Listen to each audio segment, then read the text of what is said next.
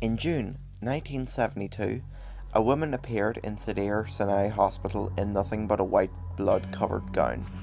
Now this, itself, should not be too surprising, as people often have accidents nearby and come to the nearest hospital for medical attention. But there were two things that caused people who saw her to vomit and flee in terror.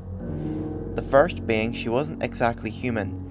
She resembled something close to a mannequin, but had the dexterity and fluidity of a normal human being. Her face was as flawless as a mannequin's, devoid of eyebrows and smeared in makeup. There was a kitten clamped in her jaws, so unnaturally tight that no teeth could be seen, and the blood was squirting all over her gown and onto the floor. She then pulled it out of her mouth, tossed it aside, and collapsed. For that moment, she stepped through the entrance to when she was taken to a hospital room and cleaned up before being prepped for sedation. She was completely calm, expressionless, and motionless.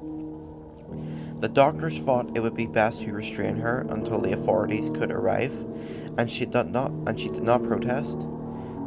They were unable to get any kind of response from her, and most staff members felt too uncomfortable to look directly at her for more than a few seconds. But the second the staff tried to sedate her, she fought back with extreme force. Two members of staff had to hold her down as her body rose up on the bed with that same blank expression. She turned her motionless eyes towards the male doctor and did something unusual. She smiled. As she did, the female doctor screamed and let go out of shock.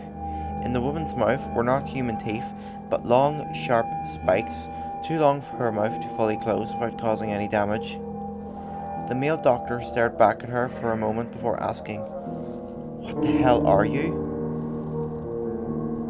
She cracked her neck down to her shoulder to observe him, still smiling. There was a long pause.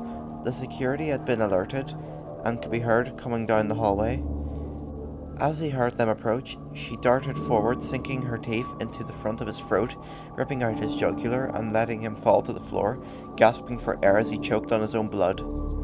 She stood up and leaned over him, her face coming dangerously close to his. As the life faded from his eyes, she leaned closer and whispered into his ear, "I am God." The doctor's eyes filled with fear as he watched her calmly walk over to greet the security man. His last ever sight would be watching her feast on them one by one.